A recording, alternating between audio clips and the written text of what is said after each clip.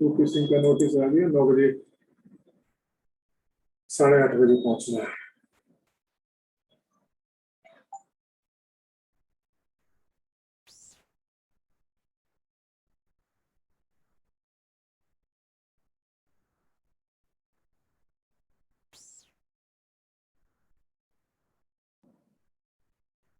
पहले उनके चमचे ने डाला,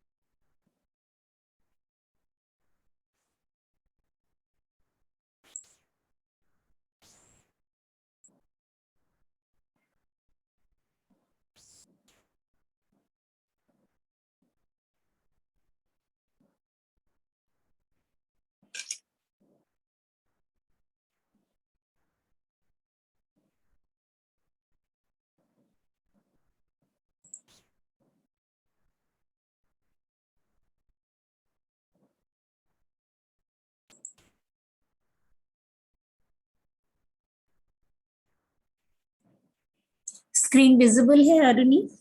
जय हिंद। यस मैम, जय हिंद मैम। ओके,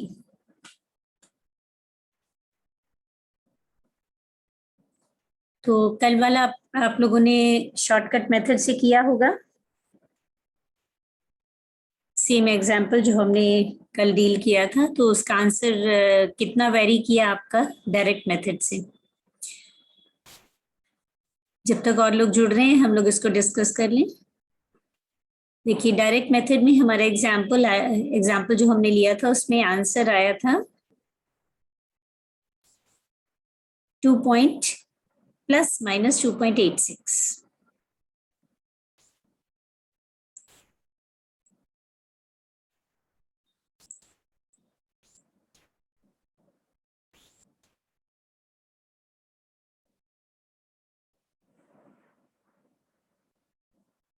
और शॉर्टकट मेथड में क्या आंसर आया अरुणी?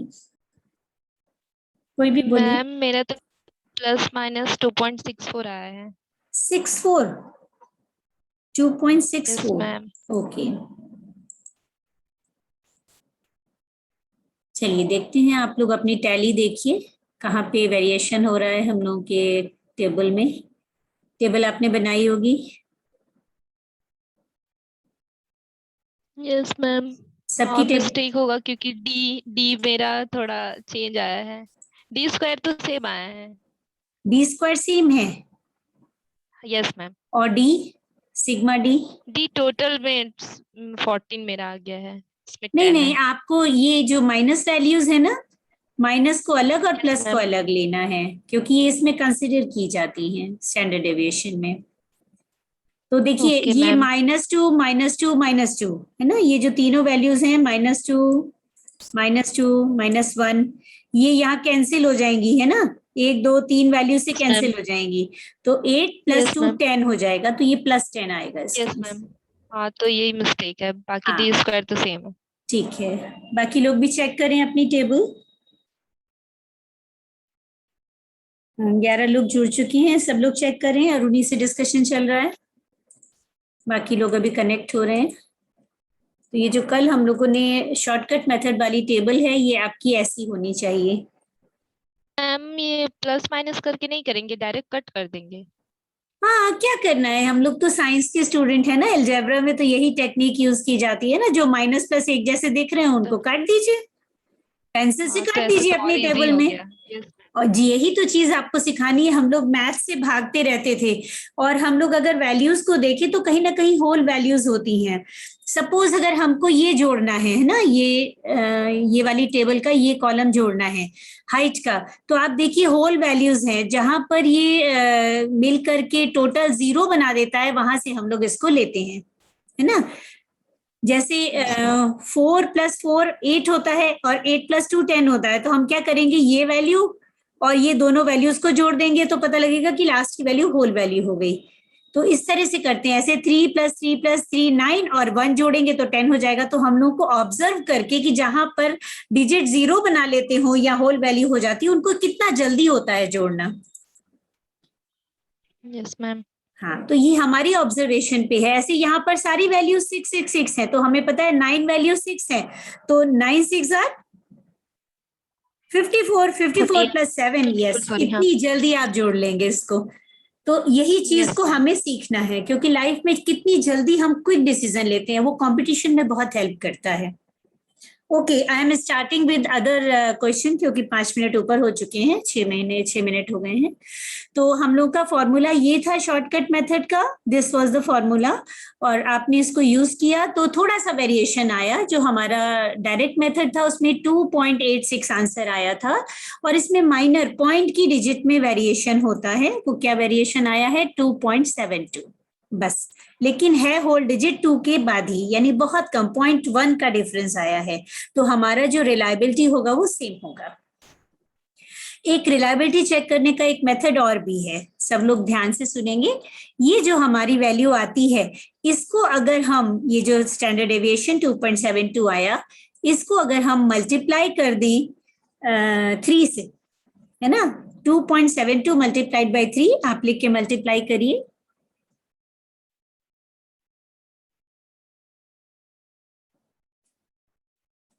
टू 2.72 मल्टीप्लाई 3, क्या आंसर आया?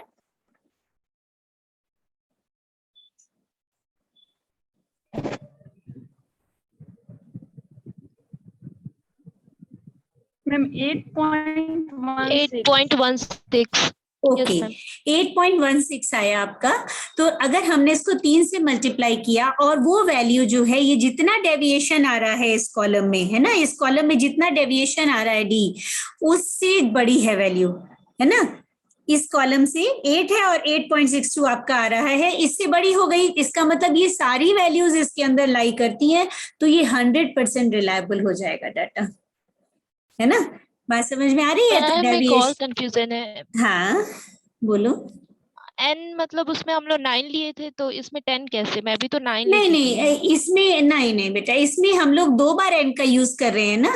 देखिए मैंने इसको हाईलाइट किया है। Yes ma'am. हाँ, तो हम n-1 नहीं करेंगे। ये जो minus sigma d upon n square है, ये एरर को रिमूव करने के लिए होता है, तो -1 की जरूरत मैम, नहीं है।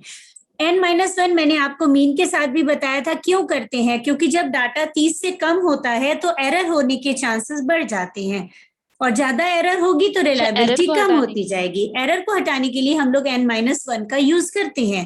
आगे भी हम लोग पढ़ेंगे, जब हम लोग टेस्ट ऑफ सिग्निफिकेंस पढ़ेंगे, तो उसमें टेस्ट ऑफ सिग्निफिकेंस में डिग्री ऑफ फ्रीडम ली जाती है। डिग्री ऑफ फ्रीडम क्या होती है? जैसे अब मैं आपकी क्लास ले रही हूँ, है ना, ऑफलाइन क्लास ले रही हूँ कॉलेज में, और मेरी क्लास स्टार्ट होती है 12 बजे, और आप लोग 12:10, 12:30, 1 बजे तक आते रहते हैं, तो आप लोग फ्रीडम लेते हैं ना, स्वतंत्रता लेते हैं क्लास में एंटर करने की। This is called degree of freedom. लेकिन स्टैटिस्टिक्स में ये डिग्री ऑफ फ्रीडम केवल -1 है। अगर हम n-1 करते हैं तो हम एरर को रिमूव करते हैं, केवल वो स्वतंत्रता दी जाती है जब डाटा 30 से कम होता है ना। तो इसलिए हम इसको डिग्री ऑफ फ्रीडम, या हम लोग कहते हैं टू रिमूव द एरर्स। तो यहाँ पर हम ऑलरेडी देखिए, ये वाला मैं हाईलाइट कर रही हूँ, हम लोग सिग्मा डी -1 को पूरे को ही माइनस कर रहे हैं डाटा में से, तो हम रिमूव कर रहे हैं एरर, इसलिए n-1 का यूज नहीं करेंगे। Very good question Aruni, I appreciate. Yes ma'am, इसीलिए इस डायरेक्ट में ये फॉर्मूला नहीं है और इसमें ये फॉर्मूला हाँ, है। इसमें ये फॉर्मूला है, यू गॉट इट नाउ। तो इसीलिए आपकी थोड़ा वैल्यूज में चेंज हुआ होगा। तो यहाँ पर चूंकि हम यहाँ -1 तो कर ही रहे हैं स्क्वायर में से अंडर रूट के अंदर, तो इसलिए हम लोग इसको नहीं यहाँ पर n-1 यूज करते, भले ही डाटा। और भी आपको बता दूं, जो कि हम लोगों ने लिया था अभी, यहाँ पर तो हम लोग रॉ डाटा ले रहे हैं, और अब जब हम आगे शिफ्ट करेंगे, जब फ्रीक्वेंसी आ जाएगी, तो वैल्यूज हमेशा 30 से ऊपर होती जाएंगी, तो वहां भी n-1 का यूज हम लोग नहीं करेंगे। ओके, चलिए, तो ये हो गया आपका। अब रिलायबिलिटी चेक करना सबको समझ में आ गया, और मैंने दूसरा मेथड बताया रिलायबिलिटी चेक का। मैं इसमें राइट करना चाहती थी, इसीलिए मैंने ये वर्ड वाला लिया था, लेकिन मुझे वो मिल नहीं रहा है कॉलम की, कैसे मैं लिख के आपको समझाऊं। ओके कोई बात नहीं, I will try to learn that also. चलिए हम लोग सेकेंड फॉर्मूला पे आते हैं, यानी second method, discrete group data के लिए हम लोग कैसे कैलकुलेट करें। ठीक है, तो नोट कर लीजिए इसको। Generally again we have two methods to use for calculating standard deviation for the discrete group data। discrete data आप सब समझते हैं, जबकि x वेरिएबल दिया गया हो और साथ में उसकी फ्रीक्वेंसी भी दी गई हो, यानी कोई वेरिएबल बहुत ज्यादा संख्या में है तो हम लोग उसको ग्रुपिंग कर देते हैं फ्रीक्वेंसी के साथ। जो सिमिलर डाटा होते हैं उनको हम एक साथ रख देते हैं और उनको हम फ्रीक्वेंसी ट्रीट करते हैं। जैसे जिन फॉर एग्जांपल के लिए जिन बच्चों की हाइट बिल्कुल बराबर है, आप 30 बच्चे हैं या 32 बच्चे हैं क्लास में, 32 out of 30 student 7 student have the same height as 5 feet 3 inches. तो 5 फीट 3 इंचेस के साथ आगे लिखना क्या है, फ्रीक्वेंसी है इसकी, यानी 7 स्टूडेंट हैव सिमिलर हाइट्स। उसी तरह से हम लोग डाटा को ग्रुपिंग करते जाते हैं जब डाटा बहुत ज्यादा संख्या में हो और हमारे पास सिमिलर नंबर बार बार रिपीट हो रहे हों। अब हमारे पास दो मेथड्स हैं, एक शॉर्टकट मेथड और दूसरा डायरेक्ट मेथड है। Direct method definitely long method है, लंबा है, लेंदी होता है। क्यों? क्योंकि सारी वैल्यूज को कंसिडर करते हुए हमें मीन वैल्यू निकालनी पड़ती है। तो हम लोग फर्स्ट मेथड लेते हैं, डायरेक्ट मेथड। डायरेक्ट मेथड का प्रोसीजर उसी तरह से है। अगर विजिबिलिटी थोड़ी कम हो तो बताइएगा, मैं इसको थोड़ा एनलार्ज कर सकती हूँ, बट आई थिंक दिखाई दे रहा है। चलिए थोड़ा सा और बढ़ाती हूँ इसको मैं। देखिए पहला इसका स्टेप है, first of all arithmetic mean of the series is calculated x bar. और आपको याद होगा फ्रीक्वेंसी सीरीज के लिए एक्स बार कैसे कैलकुलेट किया जाता है, x bar equal to sigma f x upon sigma f, यानी हमें फ्रीक्वेंसी को x से हर वेरिएबल से मल्टीप्लाई करना पड़ता है, तब हम x बार निकाल पाते हैं। तो ये बहुत ही लॉन्ग मेथड हो जाता है। क्यों? क्योंकि हर बार फ्रीक्वेंसी की संख्या से उसको मल्टीप्लाई करना है x वेरिएबल को, फिर सबको जोड़ना है। तो डिजिट जो है हमारी 10 की डिजिट 100 में और 100 की डिजिट 1000 में कन्वर्ट हो जाती है। तो कभी कभी कोई डिजिट मिस हो जाने से ये लॉन्ग प्रोसीजर और लेंदी प्रोसीजर हो जाता है। सेकेंड स्टेप है इसका, the deviation of the individual value from the mean are calculated. कैसे कैलकुलेट करेंगे ये भी आपको पता है, d equal to x minus x bar. अब हमने जो x बार निकाला था लॉन्ग मेथड से, उससे हम लोग x माइनस एक्स बार करके d की वैल्यू यानी डेविएशन निकाल लेंगे। देन विच में भी आइदर पॉजिटिव और नेगेटिव, ये हमेशा ध्यान रखना है कि पॉजिटिव और नेगेटिव में आएगा, जिसको कंसिडर करते हुए अगर हमें सिग्मा डी लेना हुआ तो लेंगे, लेकिन चूंकि हम लोग डायरेक्ट मेथड यूज करें तो सिग्मा डी की यहाँ पे जरूरत नहीं पड़ेगी आपको।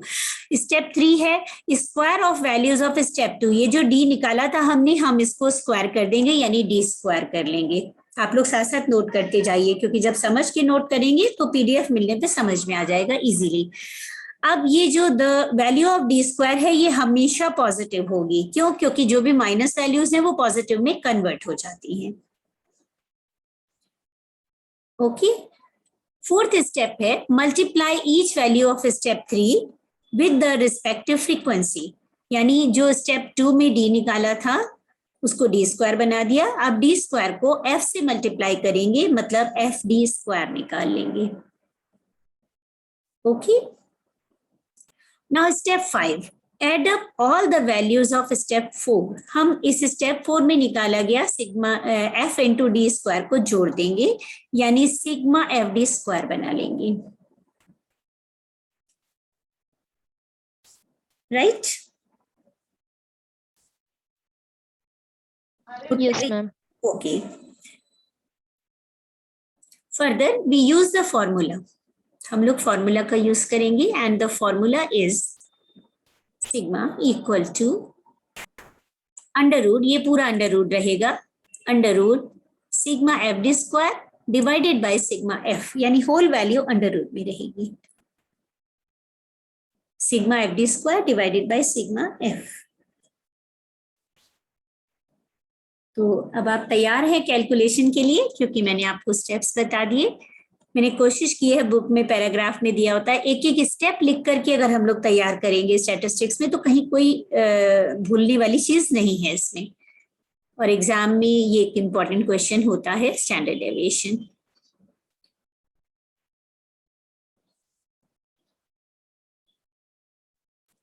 मैं कोशिश करती हूँ आपके लिए दूसरा फॉर्मेट लाती हूँ जिसमें एक क्वेश्चन मैंने ऐड किया है।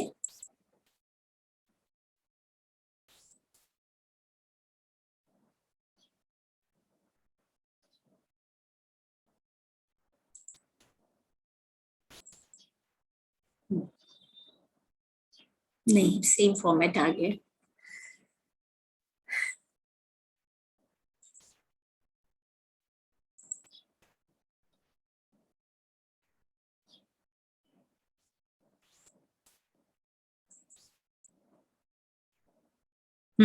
ओके, तो एग्जाम्पल हमने लिया है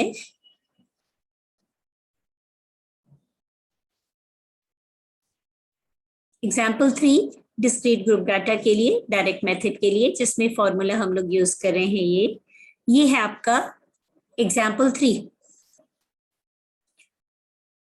For the following data, calculate the standard deviation using direct method. This example I have chosen, चूंकि टाइप करने में थोड़ा टाइम लगता है इसलिए मैंने ये एग्जाम्पल लिया है। Marks in the statistics and number of students got this marks. These marks out of 50, यानी 50 का आपका टेस्ट लिया गया, 50 marks का, maximum marks 50, and you have obtained these marks. And number of students, those who obtained such marks are, जैसे 5 marks obtained by 2 students, 10 marks obtained by 4 students, similarly 35 marks obtained by 15 students. Okay, तो ये आपने question note कर लिया। अब आप देखिए question के बेस पे अब हमको स्टेप वाइज चलना है। तो पहला स्टेप है इसमें, calculate the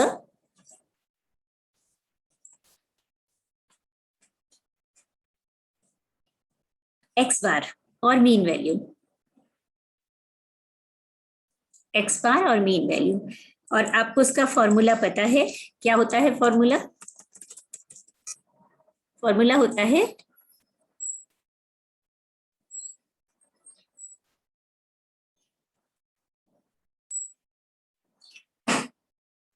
x bar equal to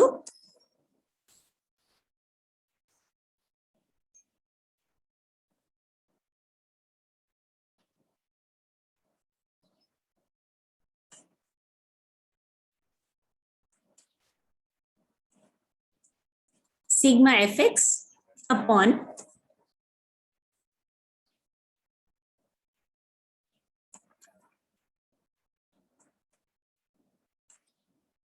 sigma x. ठीक है, मैंने देखिए टाइप करना सीख लिया। आगे आपको दिखाई दिया जब टाइप होके आया? Yes ma'am. हाँ, तो अब आपका ये फॉर्मूला यहाँ पर आ गया। तो ये ध्यान रखना है, ये हम लोग पहले पढ़ चुके हैं, बस केवल रिवीजन के लिए मैं यहाँ आपको समझा रही हूँ कि ये हम लोग को फॉर्मूला यूज करना है। अब देखिए, चूंकि ये लेंदी प्रोसीजर है तो हम टाइम बचाएंगे ताकि आप शॉर्टकट मेथड से इजीली इसको कर पाएं। अब मैंने इसको ऑलरेडी कैलकुलेट कर दिया है, मैं चाहती तो छोड़ देती और कहती आप इस टेबल को बनाइए। अब आपकी टेबल के जो कॉलम होंगे आपके स्टेप वाइज कॉलम है। तो स्टेप 1 में आपने क्या किया, ये काम किया, आपने कैलकुलेट कर लिया x bar using this formula. Okay, अब आपकी बाकी टेबल यानी स्टेप 2, 3, 4 एंड 5, स्टेप 2, 3, 4, 5 आपकी टेबल में है। स्टेप 2, 3, 4 एंड 5, ये देखिए, ये 2 स्टेप, ये 3 स्टेप, ये 4 स्टेप और ये 5th स्टेप है ना। ये तो आपका ये वाला step, this step multiplied by this step is only for x bar. तो पहले स्टेप के लिए आपने क्या किया, एक्स बार निकाला है यूजिंग दिस कॉलम जो मैंने हाईलाइट किया है। अब आपकी टेबल में कितने कॉलम हो गए, ये तो आपको दिया गया था, एक्स और एफ आपके यहाँ दिए गए हैं, उनको फिल कर दिया है। ये 3rd कॉलम आपने यूज किया एक्स बार निकालने के लिए, है ना। और स्टेप 2, 3, 4 एंड 5 के लिए आपने बाकी कॉलम बनाए, तो टोटल कॉलम हो गए 6। ये ऐसे याद रखा जा सकता है। देखिए आपके इसमें कितने स्टेप हैं, 1, 2, 3, 4, 5 और ये स्टेप गड़बड़ हो गया, मैं इसको ठीक कर देती हूँ, 6। ठीक है, तो 6 स्टेप हैं आपके, है ना, यूज द फॉर्मूला तक। तो 6 स्टेप है, तो लगभग 6 ही कॉलम आपके बन रहे हैं, 1, 2, 3, 4, 5, 6। तो याद रखना आसान होता है, इसको कोरिलेट कर लेंगे, साइंस के स्टूडेंट जल्दी इसको कोडिंग करते हैं। अब देखिए मैंने यहाँ मल्टीप्लाई करके 1, 2, 3, 0 कहाँ से निकाला था, ये देखिए, ये जो है ये कहाँ से आया है, ये जो 1230 है ये यहाँ पे आ गया, ये देखिए 1230 कहाँ है, मैंने इसको रेड से कर दिया मार्क, आप समझ जाएंगे। जैसे हम बोर्ड पे लिख के पढ़ा रहे हैं, आपको यहाँ भी बोर्ड पे लिख के समझा रहे हैं। तो एक्स बार में एक्स की वैल्यू रख दी थी, एफ में एफ की वैल्यू जो क्वेश्चन में दी हुई थी, इनको मल्टीप्लाई कर दिया, दोनों कॉलम को इनको जोड़ दिया, तो आपका सिग्मा एफ एक्स आ गया, जो इस फॉर्मूले में यहाँ प्लेस कर दिया आपने, और डिवाइडेड बाय सिग्मा एफ। अब एन की जगह पर हम लोग सिग्मा एफ ये वाली डिजिट को डिवाइड करने के लिए यूज करते हैं, क्योंकि ये फ्रीक्वेंसी डिस्ट्रीब्यूशन टेबल है। ओके, अब आपका आंसर आ गया 24.6। जहां पॉइंट वैल्यू आ जाती है, निश्चित रूप से वो कहीं ना कहीं थोड़ी सी प्रॉब्लम क्रिएट कर सकता है ना। पॉइंट वैल्यू आ गई, अब पॉइंट वैल्यू में समझ में आ रहा है कि हर डिजिट पॉइंट में कन्वर्ट हो जाएगी। देखिए डी भी पॉइंट में हो जाएगा, ये डी भी पॉइंट में हो जाएगा, और डी स्क्वायर भी पॉइंट में हो जाएगा, एफ डी स्क्वायर भी पॉइंट में हो जाएगा, तो ये डिजिट बढ़ते जाएंगे। ये देखिए ये 10 वाले डिजिट थे, यूनिट और 10 वाले, ये थाउजेंड्स में, 100 और थाउजेंड्स में कन्वर्ट हो गए, और ये भी थाउजेंड्स में 4042 आ गया सिग्मा एफ डी स्क्वायर। तो आप इसको नोट कर लीजिए, ये मैंने लिख दिया है, आप खुद भी कैलकुलेट कर सकती हैं। ये बहुत लंबा प्रोसीजर है और it will take 10 to 15 minutes to calculate. तो मैंने जल्दी से इसको कैलकुलेट कर दिया है, आप चाहे तो स्क्रीनशॉट ले सकते हैं, बाद में बना लीजिएगा। अब हमारे पास सिग्मा एफ डी स्क्वायर आ गया है 4042।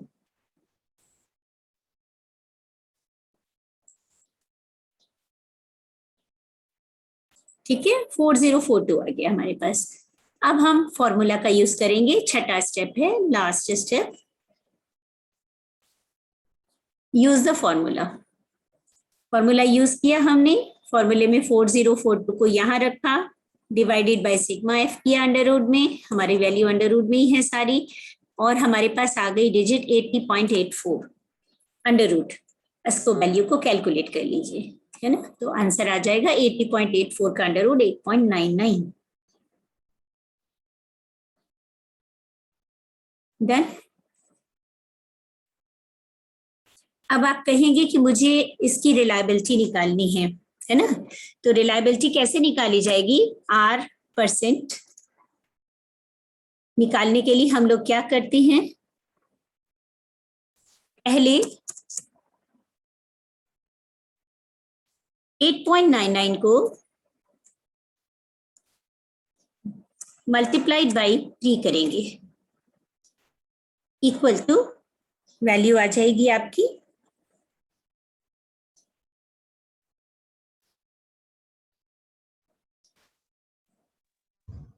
yes 26.97 Yes, ma'am. 26.97। 26.97. अब अगर कोई वैल्यू आपकी डेविएशन की 26.97 से बड़ी है ना, तो वो अनरिलायबल होगा, और 26.97 से छोटी है तो रिलायबल होगा।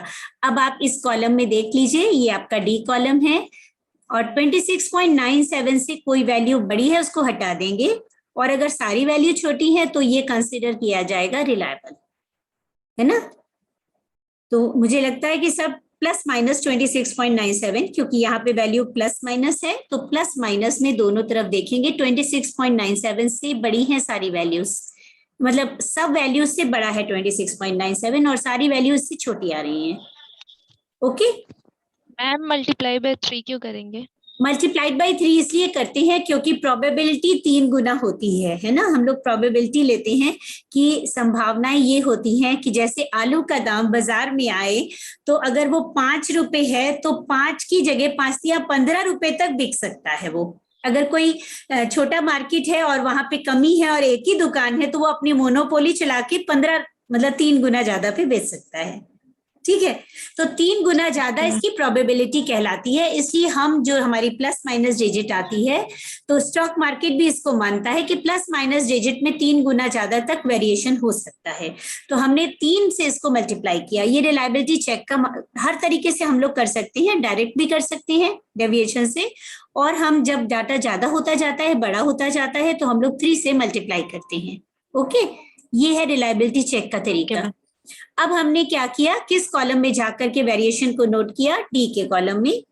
डी के कॉलम में हमने जाके चेक किया, तो हमारी वैल्यू 26.97 से सारी वैल्यूज छोटी है माइनस और प्लस में। तो हमारे को टोटल कितना दिया गया है? 1 2 3 4 5 6 7। तो 7 में से out of 7 all values show reliability. तो अब रिलायबिलिटी चेक का तरीका क्या है? हम फिर लिखेंगे R% इक्वल टू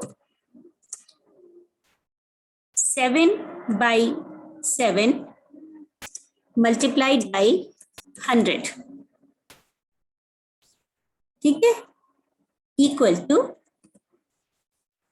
100 आ गया ना, 100%, ठीक है, 100%। तो रिलायबिलिटी आ गई आपकी 100%। 100% रिलायबल है क्या? किसकी चेक करें reliability?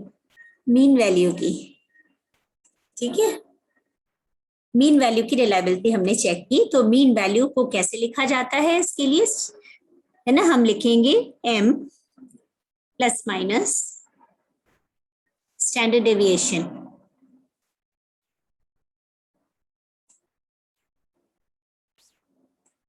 m plus minus SD और standard deviation, that is equal to आपकी मीन वैल्यू है 24.6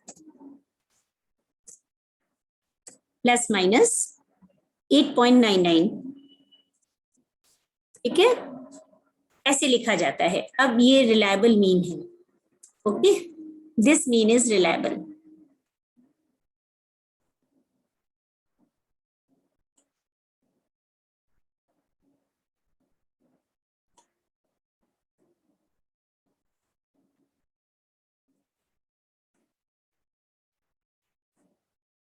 नोट हो गया सबका? Yes ma'am. ओके, सबने नोट कर लिया? आप लोग नोट कर लीजिए, साथ साथ मैं आपको ये भेजूंगी भी PDF इसका। तो ये रिलायबिलिटी चेक का तरीका है। अब सेम क्वेश्चन को हम लोग सेकंड मेथड से करेंगे। आपको नहीं समझ आएगा मैं दोबारा पढ़ा दूंगी, बट बी श्योर कि मैं पढ़ रही हूँ, राइट, मैं पढ़ रहा हूँ।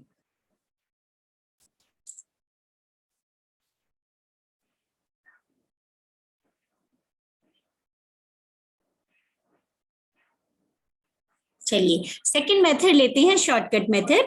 उसी तरह से इसके भी स्टेप्स हैं। इसका प्रोसीजर है, step 1, take any value as assumed mean of the series calculated. इसमें और उसमें डिफरेंस क्या होगा? डायरेक्ट मेथड में पॉइंट वैल्यू आई थी चूंकि हमने कैलकुलेट किया था, यहाँ पर हम कोई भी होल वैल्यू ले सकते हैं।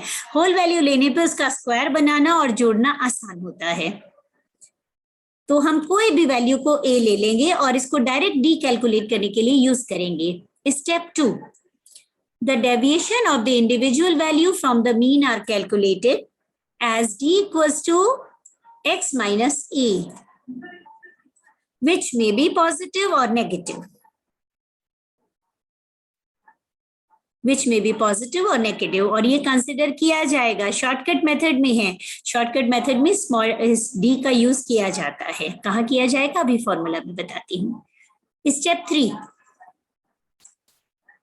Square the values of step 2। जो हमने d निकाला है स्टेप 2 में, उसको हम स्क्वायर कर देंगे d स्क्वायर। और d स्क्वायर हमेशा पॉजिटिव होता है, यानी माइनस को स्क्वायर किया है तो आगे माइनस मत लिखिएगा कभी भी टेबल में, क्योंकि वो स्क्वायर बन चुका है।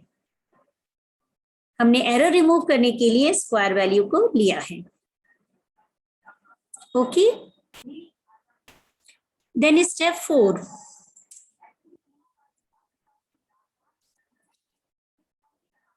Multiply each value of step 2, यानी जो हमने d निकाला था स्टेप 2 में, यहां पर जो सिंपल d निकाला था बिना स्क्वायर किए हुए, उसको मल्टीप्लाई करेंगे f इंटू डी। और स्टेप 3 को भी फ्रीक्वेंसी से मल्टीप्लाई करेंगे f इंटू डी स्क्वायर। तो स्टेप 2 को भी फ्रीक्वेंसी से मल्टीप्लाई करके एक कॉलम में लिखा जाएगा और स्टेप 3 से मल्टीप्लाई करके दूसरे कॉलम में लिखा जाएगा। अभी टेबल के कॉलम से आपको समझ में आएगा। ओके, तो हमने क्या किया, f इंटू डी किया एक कॉलम के लिए और f इंटू डी स्क्वायर दूसरे कॉलम के लिए किया। अब आते हैं स्टेप 5 पे। Step 5, says add up all the values of step 4. Step 4 की सारी वैल्यूज को एडअप करना है अलग अलग कॉलम में, यानी कॉलम के नीचे एडअप करना है आपको। एक कॉलम में जब ऐड करेंगे तो सिग्मा एफ डी हो जाएगा और नेक्स्ट कॉलम में एडअप करेंगे तो सिग्मा एफ डी स्क्वायर हो जाएगा। ये बहुत ध्यान रखना है ना। हमने कभी भी सिग्मा एफ डी को पूरी वैल्यू को इसको स्क्वायर नहीं बनाना है, अलग अलग मल्टीप्लाई करना है, उनको एडअप करना है।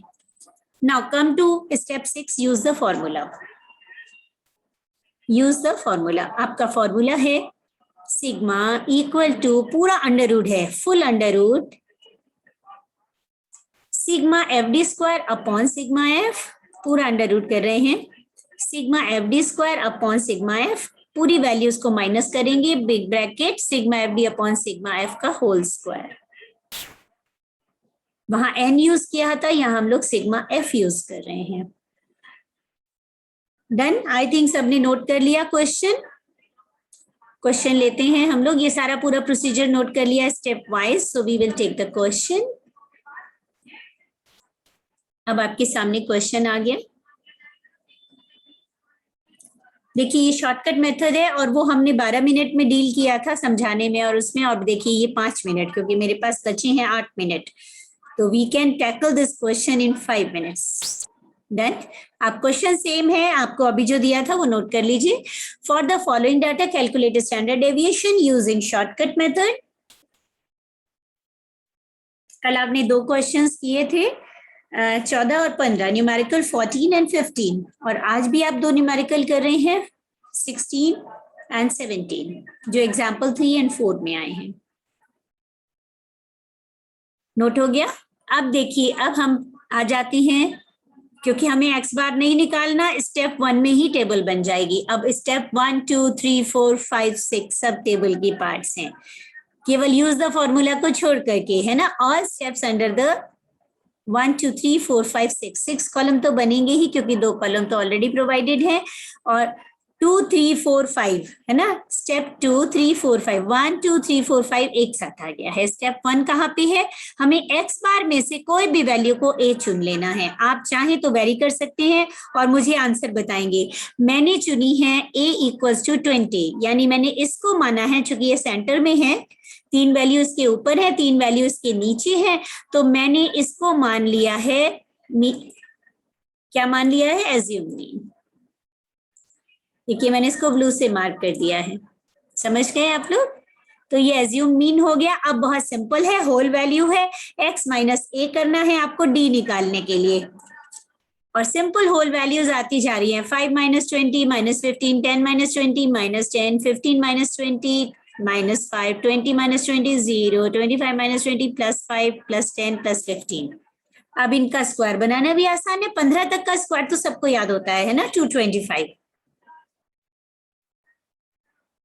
15 के आगे थोड़ा मुश्किल होता जाता है, 16 है, फिर 17 है, लेकिन आप थोड़ा मल्टीप्लाई करके कर सकते हैं फटाफट। तो ये आपकी आ गई वैल्यूज डी स्क्वायर की। देखिए मैंने इसको हाईलाइट कर दिया, these values for D square.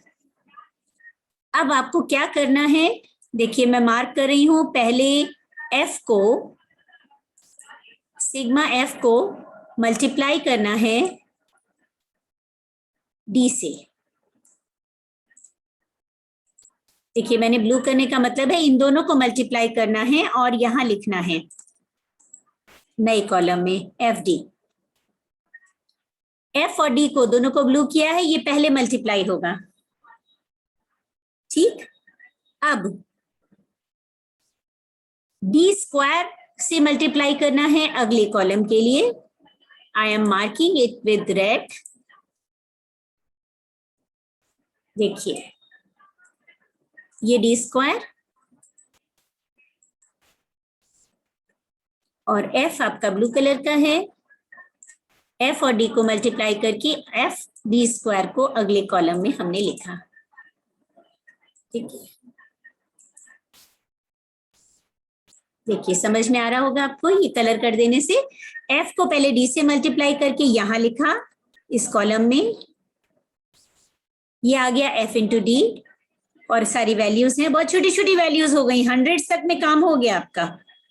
और अब एफ डी स्क्वायर को मल्टीप्लाई किया आपने, एफ इंटू डी स्क्वायर, वो यहाँ आ गया, क्योंकि फॉर्मूला में हमको यूज करना है दोनों वैल्यूज को। ओके, अब हम लोग फॉर्मूला का यूज करेंगे ये सारी वैल्यूज को टोटल करके, क्योंकि मैंने कर दिया है, क्योंकि इजी है कैलकुलेट करना। एफ इंटू डी किया तो 2 इंटू 15 30, और एफ डी स्क्वायर किया 2 इंटू 2 25 450।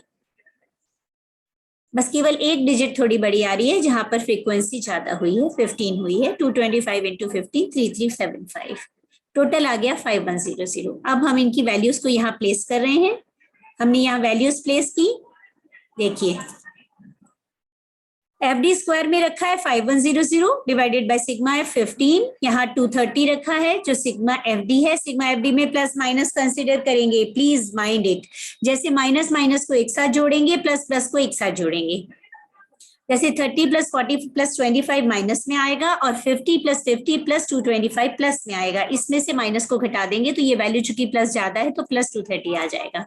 अब यहाँ पे हमने रखा 230, एफ डी की वैल्यू है 230 डिवाइडेड बाई 50 का होल स्क्वायर। इसको सॉल्व कर लेंगे, मैंने इसको डायरेक्ट सॉल्व कर लिया है। 5100 डिवाइडेड बाई 50 मीन्स 102, और 50 से 230 को डिवाइड कर दिया था तो 4.6 का स्क्वायर निकाल लेंगे।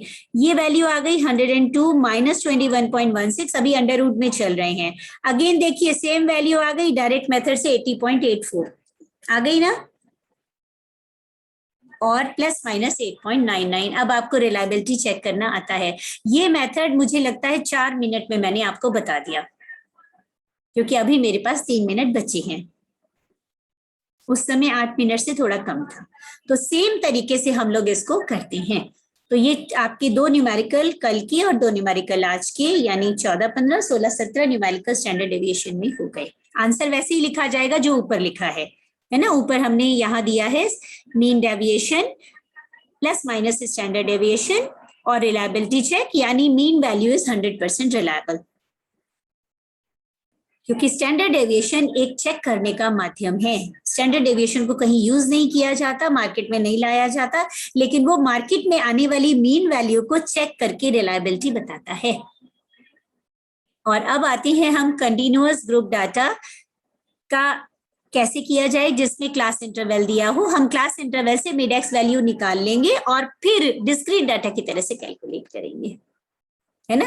यानी यहाँ पर मिडेक्स लिख दिया जाएगा, क्लास इंटरवल एक टेबल का कॉलम पहले आएगा, और उसके बाद हम लोग यहाँ पर जो एक्स लिखा है इसकी जगह पे मिडेक्स लिख देंगे। तो हम लोग कंटिन्यूअस सीरीज को यहाँ नहीं कैलकुलेट कर रहे हैं, क्योंकि और लेंदी होता जाएगा प्रोसेस, इसलिए मैंने आपको डिस्क्रीट डाटा तक दिया है, बस मिडेक्स वैल्यू का यूज करना है वहां पर इंस्टेड ऑफ एक्स, और बाकी प्रोसीजर सेम है शॉर्टकट मेथड वाले। अब आते हैं merits of standard deviation. Standard deviation is mathematically computed and reliable. Therefore, it is used in quality research work. It is based on every individual data of a series. It is least affected by sudden deviation of any type. इससे कोई प्रभाव नहीं पड़ता। देखिए हमने अभी 2 method से निकाला, डायरेक्ट और डिस्क्रीट से, लगभग सेम आया डायरेक्ट और शॉर्टकट मेथड में। It is definite measure of dispersion which shows the reliability. Demerits भी हैं, थोड़ा लेंदी प्रोसेस है, method of its calculation is complicated and so inconvenient. if this measure higher values are given more importance than the lower values for the standard deviation. higher values को ज्यादा importance दी जाती है, इसलिए standard deviation higher value की तरफ जाता है। so see you tomorrow। 1 minute बचा है, किसी को कुछ पूछना है? अगला टॉपिक रहेगा standard error. Ma'am yes ma'am बस मैं डायरेक्ट मेथड पढ़ पाई कल का, उसके बाद शॉर्टकट में 10 मिनट में क्लास नहीं पाया, नेटवर्क प्रॉब्लम की वजह से। हाँ, थोड़ी सी तुम बार बार जुड़ रही थी, बार बार एग्जिट हो रहा था, तो मैं बाद में आपको भेजूंगी पीडीएफ जब कंप्लीट हो जाएगा टॉपिक स्टैंडर्ड एरर, तो I will send you the PDF. Okay, तो कल वाले न्यूमेरिकल्स पूरे कर लीजिएगा और डायरेक्ट मेथड आज का कंप्लीट कर लीजिएगा, कोई बात नहीं है। ऐसा होता है क्योंकि अब हम लोग ऑनलाइन जुड़े हुए हैं नेचुरली, और थोड़ा सा जब क्लासेस खुल जाएंगी तो मैं वहां भी आप लोगों को समझा दूंगी, तो आप लोग अपना काम करते रहें। चलिए, तो कल संडे है आई थिंक, और स्वतंत्रता दिवस भी है। आप चाहें तो कॉलेज आ सकती हैं, you are welcome to the college. क्योंकि परसों से संभावना मुझे ज्यादा है, वैसे देखते हैं, अभी नोटिस नहीं आया है क्लासेस का शासन की तरफ